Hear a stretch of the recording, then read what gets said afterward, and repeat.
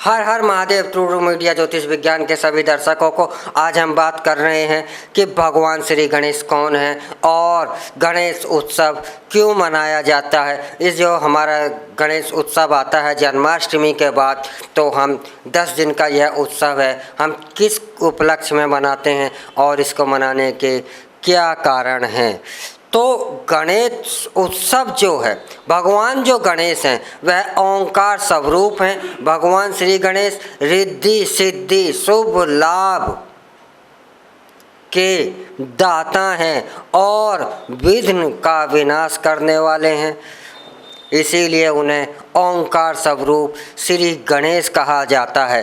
तो यह जो गणेश पर्व मनाया जाता है, इसका मुख्य कारण यह है कि प्राचीन काल में जब महाभारत का युद्ध पूर्ण हो चुका था और युद्ध का निर्णय भी हो चुका था, जब महर्षि वेद व्यास इस युद्ध की, इस घटना की सारी घटना को कलमबद्ध करना चाहते थे, इस पर ग्रंथ लिखना चाहते थे, तो उन्हें कोई भी योग्य जो कि इस कार्य को कर सके नहीं मिल रहा था और उनके पास गणेश जी के सिवाय और कोई योग्य ऐसा नहीं दिखाई दे रहा था कि यह कार्य हो सके जिसके द्वारा से। तो महर्षि वेद व्यास जी ने जब गणेश जी से यह प्रार्थना करी तो गणेश जी ने कहा, यह शर्त रखी कि मैं बिना रुके अनवरत लिखता ही रहूँगा और अगर आप को भी अनवरत ही बोलता रहना होगा।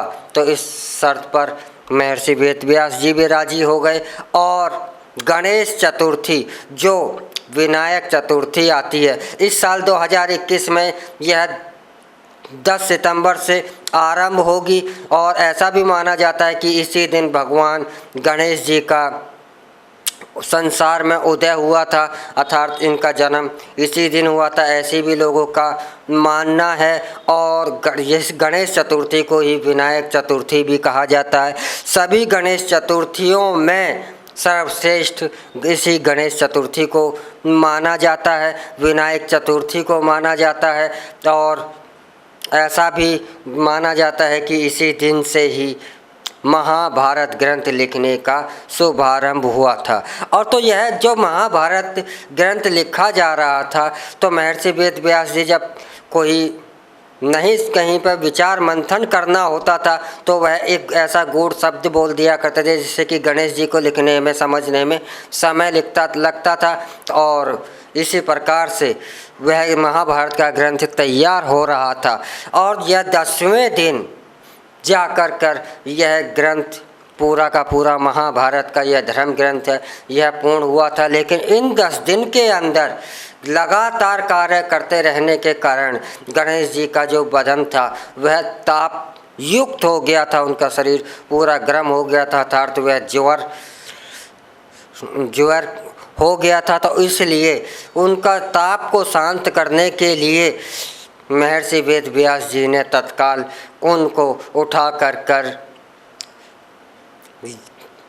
नदी के अंदर, जल के अंदर उन्हें डुबोकर उनके जो बदन का ताप था वह शांत किया। तो इसीलिए यह प्रथा बन गई कि गणेश उत्सव के अंत में गणेश जी का विसर्जन किया जाता है। लेकिन यह विसर्जन आज की दृष्टि से देखा जाए तो उचित नहीं है, क्योंकि पहले जो मूर्तियाँ हुआ करती थी वह सात्विक हुआ करती थी। आज जो है गणेश जी की मूर्तियों में नुकसानदायक केमिकलों का प्रयोग हो रहा है उनकी मूर्तियां बनाने में, और यह केमिकल जो है जब हम अपने बहते हुए स्वच्छ जल में डालते हैं तो यह जल को दूषित कर देता है।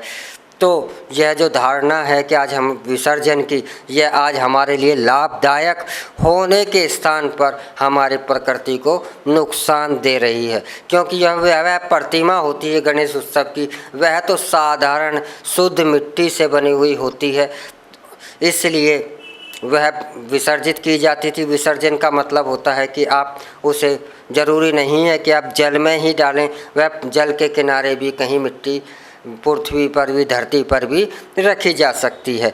तो इस कारण से गणेश उत्सव मनाया जाता है। गणेश उत्सव मनाने का यही कारण है। एक प्रश्न यहाँ पे यह भी उठता है कि हमारे अंदर एक भावना, एक दुष्प्रचार, यह पता नहीं कहाँ से आ गया है कि घर के अंदर महाभारत जैसा ग्रंथ नहीं रखना चाहिए, क्योंकि महाभारत को पढ़ने से और महाभारत का ग्रंथ रखने से घर के अंदर कलह होती है, घर के अंदर झगड़ा होता है, घर के परिवार के सदस्यों में युद्ध हो जाता है, सगे संबंधियों से बिगड़ जाती है, उनसे मन मुटाव हो जाता है, उनसे रिश्ते जो हैं, संबंध जो हैं वह समाप्त हो जाते हैं। तो आप स्वयं ही सोचिए कि ऐसा प्रचार किसी न किसी षड्यंत्र के तहत करा है कि जब हम स्वयं गणेश को कोई भी शुभ कार्य करते हैं तो भगवान श्री गणेश का नाम लिए बिना करते नहीं। वही गणेश, वही गजानन, वही भगवान ओंकार स्वरूप गणेश क्या ऐसे ग्रंथ का निर्माण करते? क्या उनके हाथों से ऐसा ग्रंथ लिखा जाता जो कि मनुष्य के लिए हानिकारक होता? तो मनुष्य के लिए क्या वेद व्यास जी ऐसा ग्रंथ लिखने की चाह रखते थे जो कि मनुष्य के लिए नुकसानदायक हो? ऐसा नहीं था। यह ग्रंथ इसी उद्देश्य से लिखा गया था कि मनुष्य, मानव जो है, इस ग्रंथ का अध्ययन कर कर अपने जीवन को, अपने परिवार को सुखमय बना सके। लेकिन हम ऐसा नहीं कर पा रहे, क्योंकि जाने कहाँ से यह झूठा प्रचार जो हमारी संस्कृति पर करा गया और आज हमारे घर के अंदर महाभारत जैसा ग्रंथ पाया भी नहीं जाता। बहुत ही कम घरों में यदा कदा ही देखने को मिल जाए, वरना आज हम महाभारत जैसे ग्रंथ का पूर्णतः बहिष्कार करते हैं।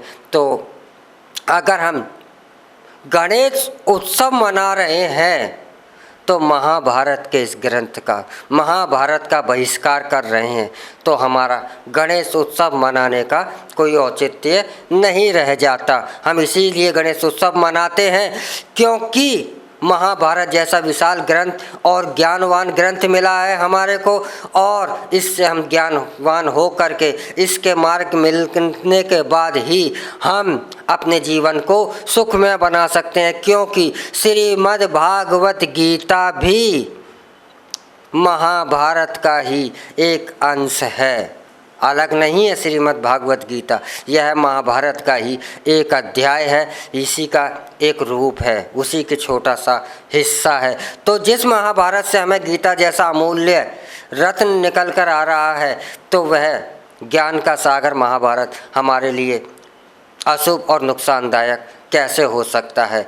तो यह था गणेश उत्सव मनाने का हमारा प्रयोजन कि हम महाभारत को अभी गहनता के साथ अध्ययन करें और इससे ज्ञान लेकर के इन 10 दिनों के अंदर इस महाभारत का अध्ययन करें, उससे ज्ञान लेकर के अपने जीवन को, अपने परिवार को, अपने धारा को सुखमय बनाएं। इसी के साथ हम आपसे विदा लेते हैं। हमारे द्वारा दी गई जानकारी आपको कैसी लगी यह आप अवश्य ही कमेंट में बताएं, और हमारे ट्रू मीडिया चैनल को आप सब्सक्राइब, लाइक, शेयर, कमेंट करना न भूलें। हर हर महादेव। अगर आप ये वीडियो YouTube पर देख रहे हैं तो हमारे चैनल को सब्सक्राइब करें और बेल आइकन को दबाना ना भूलें। अगर आप Facebook पर ये वीडियो देख रहे हैं तो हमारे पेज को लाइक करें।